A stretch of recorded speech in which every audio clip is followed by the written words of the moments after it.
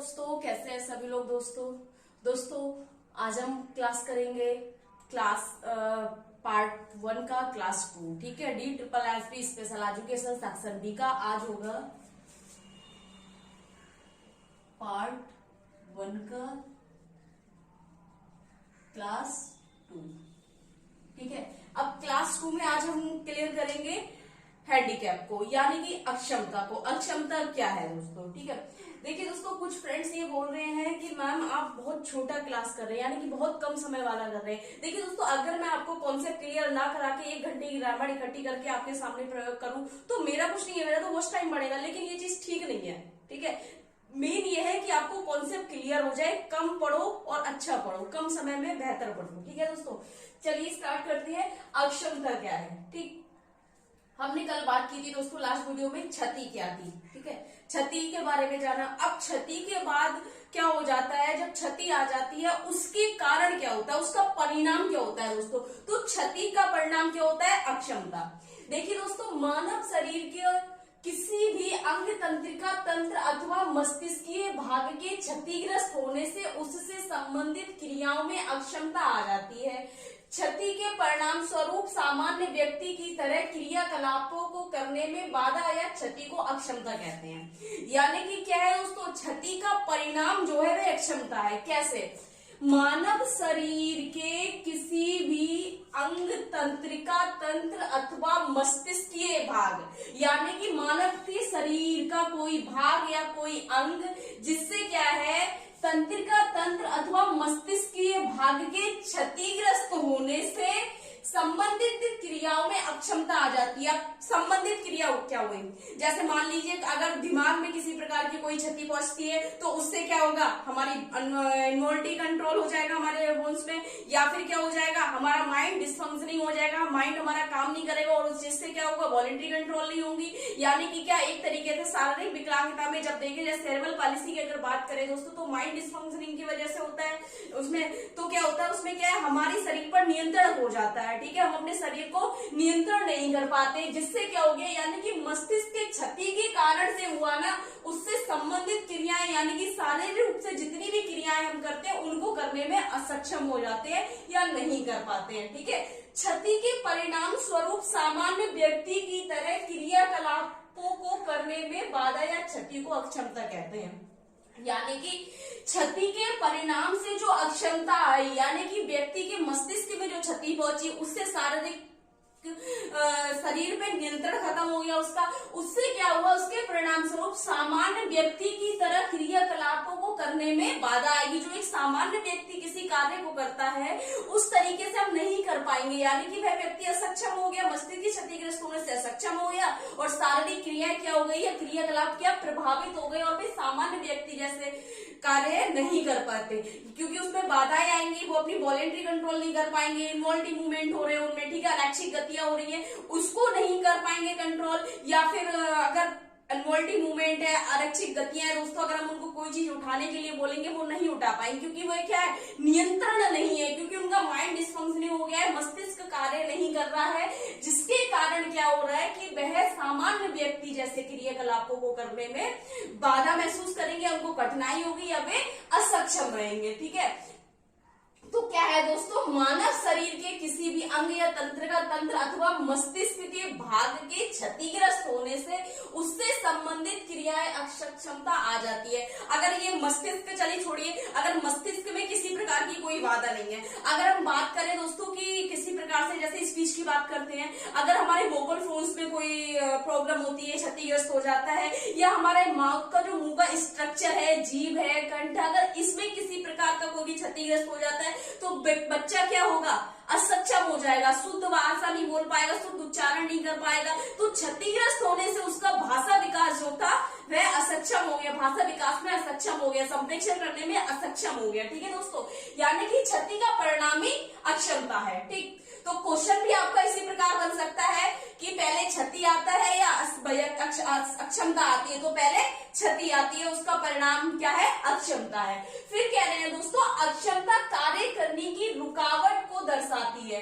यानी कि अक्षमता क्या है दोस्तों, किसी भी प्रकार का कार्य करने में बाधा या रुकावट को दर्शाती है, वह क्या है, अक्षमता है। ठीक, यह जन्मजात नहीं होती। दोस्तों क्वेश्चन में यह बन सकता है अक्षमता जन्मजात होती है या नहीं होती है, क्षति जन्मजात होती है या नहीं होती है। तो क्षति भी जन्मजात नहीं होती और ना ही अक्षमता जन्मजात होती है। ठीक है, जो भी होगा जन्म के बाद होगा, यानी कि क्षति जन्मजात, वो अक्षमता जन्मजात नहीं होती।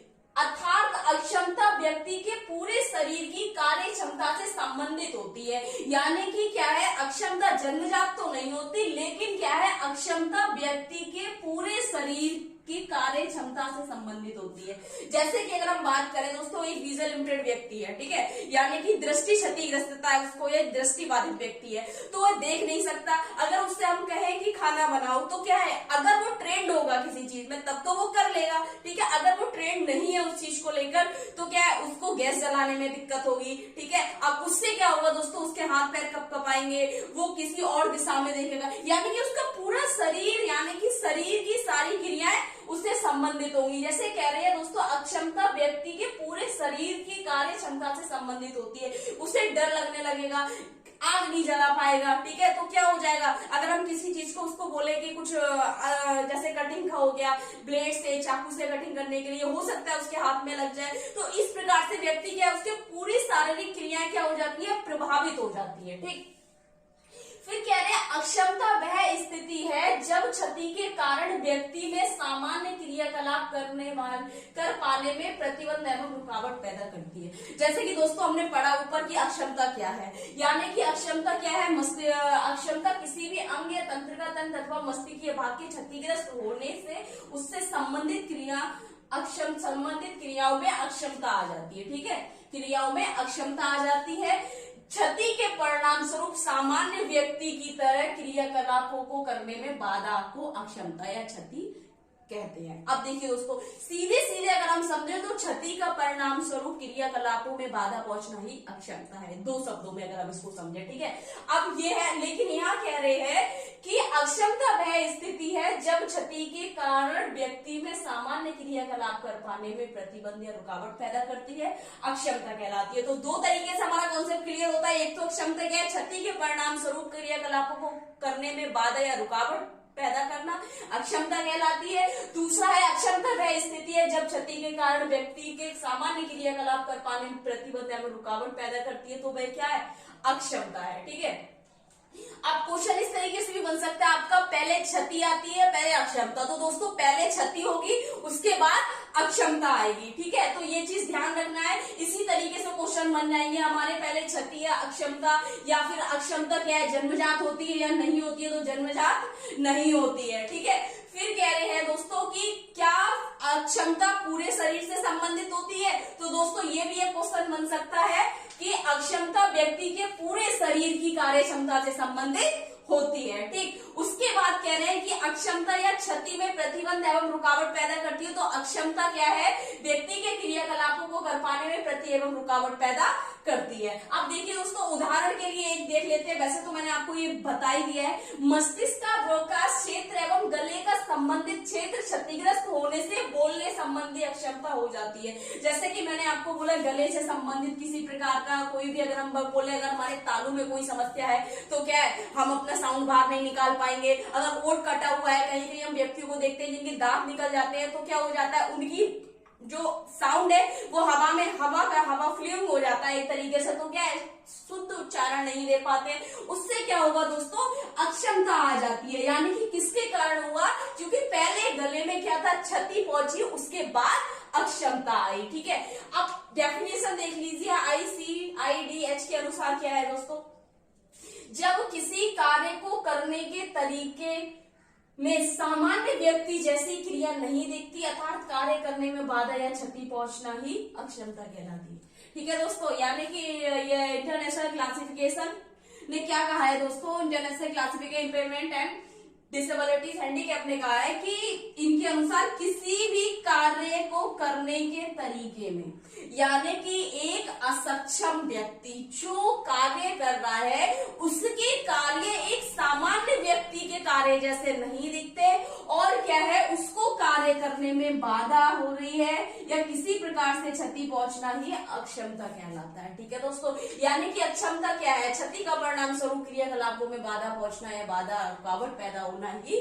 अक्षमता है दोस्तों। ठीक है, तो क्वेश्चन हमारा इसी प्रकार से बनेगा दोस्तों कि ये इसमें हमारे देखिए 5 या 6 क्वेश्चन हमारे आ गए। ठीक है, शरीर अक्षमता पूरे शरीर से संबंधित है। ठीक है, और फिर दूसरा हमने क्या है, अक्षमता जन्मजात है या नहीं है, तो जन्मजात नहीं होती है।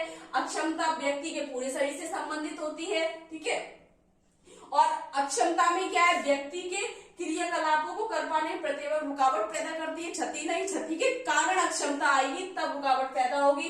उसके बाद बहुत सारी चीजें हैं जिसमें से हमारे क्वेश्चन पूछे जाएंगे दोस्तों। देखिए इस टॉपिक, प्रत्येक टॉपिक से, जैसे मैंने क्लास फर्स्ट कराई थी, क्लास फर्स्ट से मैं आपको कई सारे क्वेश्चन बनाऊंगी, लेकिन ये हम थोड़ा लास्ट में करेंगे। पहले हम क्या करते हैं, थियोरेटिकल एक बार इसके सारे कॉन्सेप्ट को समझ लेते हैं, क्योंकि जब तक हम ये चीज नहीं करेंगे, नहीं पढ़ेंगे, डायरेक्ट मैं आपको क्वेश्चन कराऊंगी तो आपको समझ ही नहीं आएगा क्वेश्चन कहाँ से बन रहे हैं। इसलिए पहले थोड़ा डिटेल में हम इसको समझ लेते हैं, कर लेते हैं, उसके बाद आपसे क्वेश्चन करेंगे। ठीक है दोस्तों, और क्वेश्चन आंसर दोनों ही बताऊंगी मैं आपको, अलग से ही क्लास करेंगे उसकी। ठीक है दोस्तों, अगर कुछ समझ नहीं आ रहा है, कुछ डाउट लग रहा है या कुछ गलत लग रहा है तो पूछ सकते हैं दोस्तों। नेक्स्ट क्लास में हम करेंगे डिसेबिलिटीज क्या है। ठीक है, इम्पेयरमेंट या डिसेबिलिटीज को समझेंगे दोस्तों।